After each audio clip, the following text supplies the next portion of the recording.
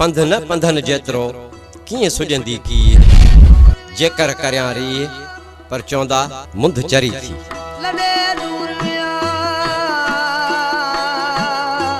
ॾाहब ऐं जाखोड़ कीअं तारीख़ जा रुख मोड़े थी समाज जी नए सिर अदावत कीअं करे सघिजे थी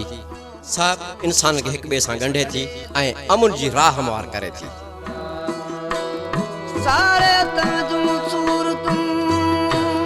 फ़िक्रे लतीफ़ सॼे संसार लाइ भलाई ऐं ख़ैर जो सरचश्मो आहे साईं जा पंध पेचरा घण रुखी जाखोड़ जो ॾस ऐं ॾांव ॾियनि था